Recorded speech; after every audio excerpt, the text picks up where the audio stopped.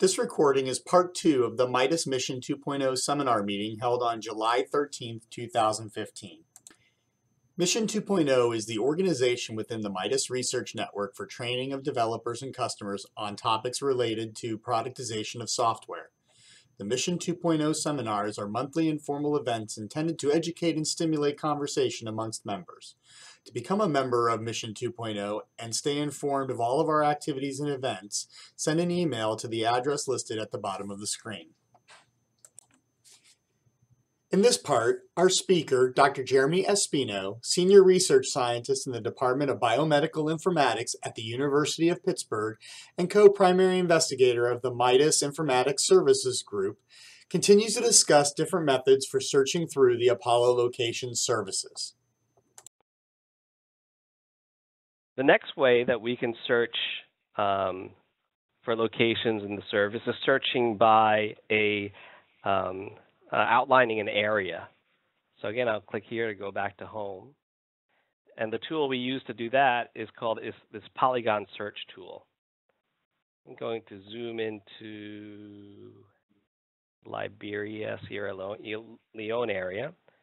So I'll click on this Polygon search tool. And the way you use this is you click on a starting point. I'm going to outline, let's see, I'll take both of these. And keep on clicking until you define the borders of an area where you want to perform your search. And then to end the definition of an area, you click on the first point. And we have these pop-ups that tell you what to do so you're not lost. Once you click onto your starting point, the search will begin, and you get a list of all of the locations in the service that are found. So we have these subdivisions, regions. I outlined a little bit of Guinea, so there's locations from Guinea, Liberia. So again, we could click on any of these and get more information, get a close-up view of the map. Here. You notice that for each of these locations, we have a distinct ID, the Apollo location code. So in lieu of having in lieu of not having a temporally coherent ID for locations, we started numbering these locations with an ID, which we call the Apollo location code. And we started already using the Apollo location code in our Apollo library. For example, when we have a library this example library reference for Ebola in Sudan in 1976, we reference one of the epidemic zones, Maridi Epidemic Zone in the Maridi district in South Sudan, using this Apollo location code. So I can click on here, 85129, and this shows me the epidemic zone as it appears in the Apollo location service. And we defined this epidemic zone temporally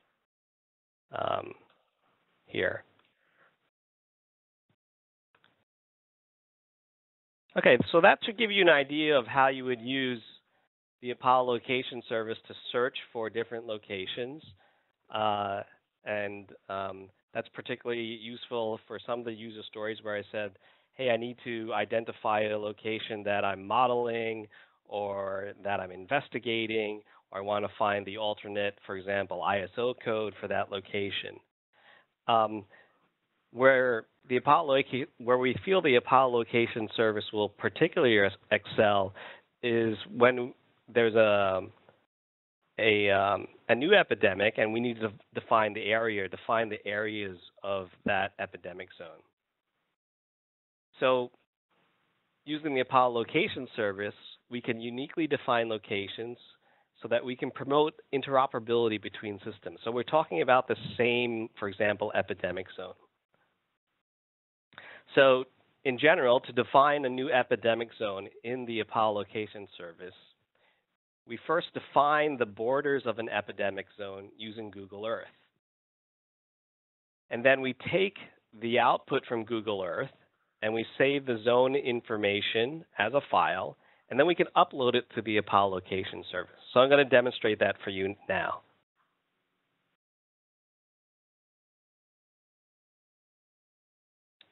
So first of all, if you haven't installed Google Earth on your machine, you'll need to download and install Google Earth. This is all detailed in the Apollo Location Service User Guide. And there's a link to Google Earth that you can click on and download. So I've already downloaded Google Earth and installed it. So this is Google Earth. And I'm going to show you how you can define an area by creating a polygon in Google Earth, and then how to upload it up into the Apollo location service. So let's say I want to define the measles outbreak that started over in Disneyland. So Google Earth has a feature where you can search for areas. So I had typed in Disneyland here, California. You see the Disneyland area. And presumably, at least I would say that this started in the park area, so I can see it here. I'm going to define an epidemic zone using the tools in Google Earth. So now that I've got it on the screen, the first thing I'll do is click on the Add Polygon tool in the upper left corner. Looks like this right here. And then if you roll over it, it'll say Add Polygon. Click on that. I get this dialog box, and I'm going to name my polygon.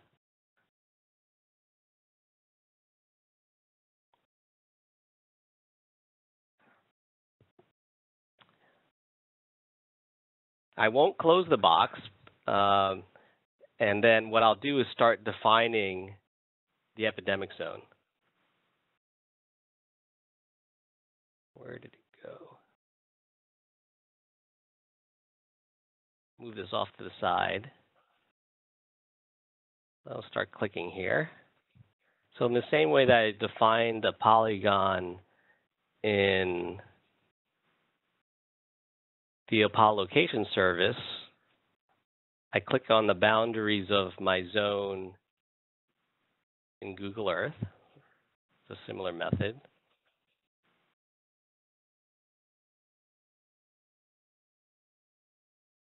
And I close it up by clicking on the last link. I click OK. All right, so now we defined the epidemic zone. And you'll see in my places panel on the left that I have Disneyland measles. Okay. So now I need to export this out of Google Earth so that I can save it onto my system and then upload it into the Apollo location service. So I'll click on Disneyland measles. I'll right-click so I can easily save it. So I'll save the place as, I'm going to save it onto my desktop. One of the things that you have to do when you save your epidemic zone from Google Earth is make sure it says you save it as a Kml file type. Kml should be the file type selector, and I'll call this Disneyland. I'll save that. So now I'll go back to Apollo location service, and I'll upload this file.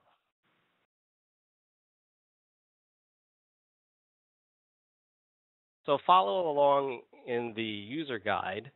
You'll see that there's a separate URL to create epidemic zones in the Apollo location service.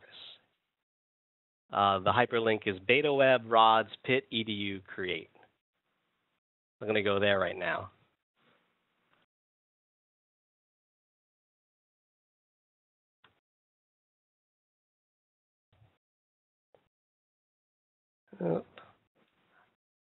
And I just made an error here.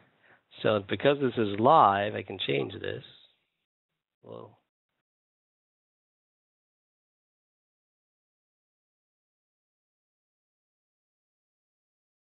A typo here, guys.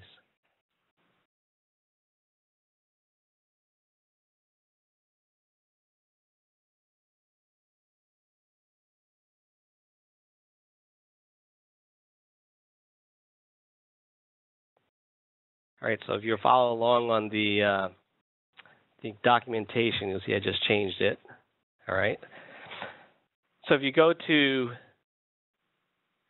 that link, betawebrodspit.edu/ls/create, you'll see this screen. Make this a little bigger so you can see. So I'll show you the layout of the screen. There's an area where you can choose the file that contains the epidemic zone information from Google Earth. You can specify a start date and an end date, give a description, and then there's this window on the right that says encompassing location. So earlier I showed you how the system takes all of the locations and makes a hierarchy out of it. So in the same way that we have a hierarchy that says that there's the country of the United States, there are states within the United States, and then there are counties within those states, and so on and so on. We want to locate our epidemic zone within another location so it's easier to find. So first of all, I'll pick the location type epidemic zone. We intend on being able to upload and save other location types. Right now we're starting with epidemic zone. The Disneyland measles started 12/17/2014 and ended 4/17/2015. We give it a name.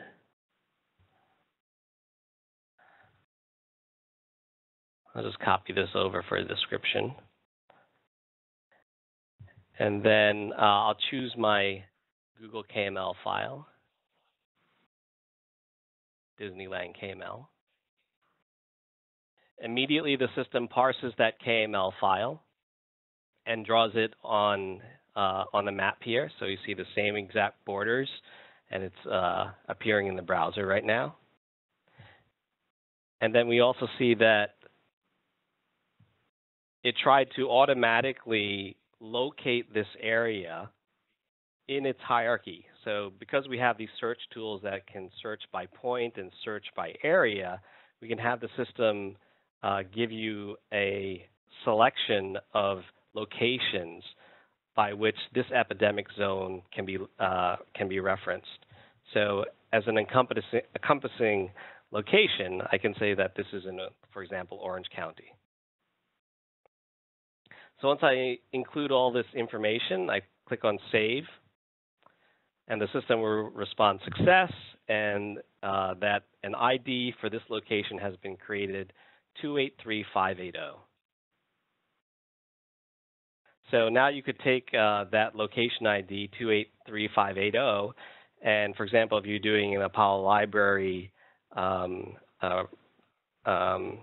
report, you could use that as your location identifier.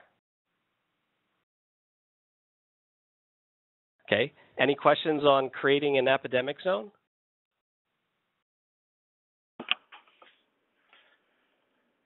No, I think that's pretty snazzy. This is Brian. I was just going to bring up, I know this is a demo and you know, the semantics of it doesn't matter, but it's an interesting conversation to have maybe is that, you know, when we make an epidemic zone, are we talking about where the transmission occurred, where the people who have the disease, et cetera, and like how broad you want to make that? Clearly, by context, probably people want to select different things, but I guess, you know, by explicitly creating this, it brings up that sort of question in my head. Right. I imagine that's something that maybe is captured best in metadata, maybe. So is there some zone for example, if I want description or something? Right. So there is a description field here, and from your discussion point, I probably would want to say that I would limit maybe in the description I would say like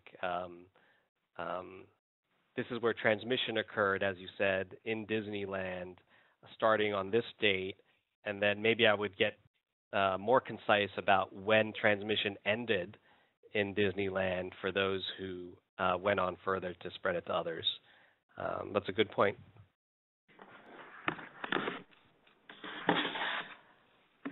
Okay, so those are... Jeremy, pardon me for a second. Sure. David, something that brought up as well is, like, what kind of safeguards do you have in place to make sure some idiot like me doesn't come in and just say, hey, Disneyland is enclosed in Colorado, or like, what are you just basically putting that on the user knows where it belongs? So as I demonstrated,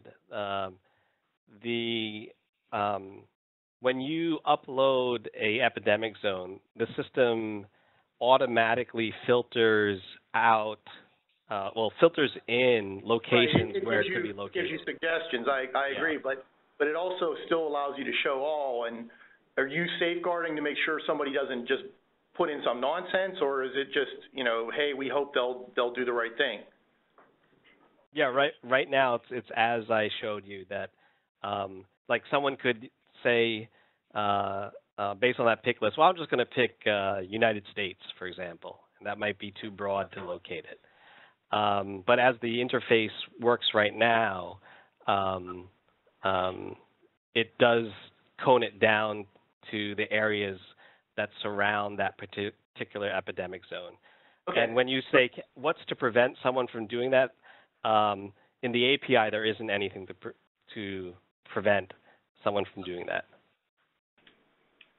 But that is something we can look at. I mean, one of the things that we really had to look at and understand how to do this in the database was how can we create the unique keys in the database that allow us to say, like, this particular, for example, instance of Sudan can't overlap with any other instance of Sudan.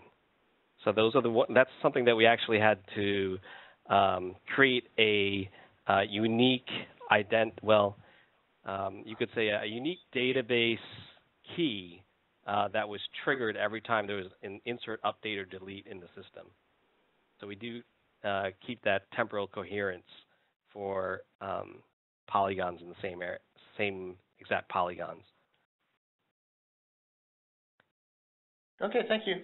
Okay, so for the last part of this this demo, what I want to show was the API for the system, so that if you have an application that you have that has the need for these Apollo location IDs, or to gather polygons in your system, or to cross-reference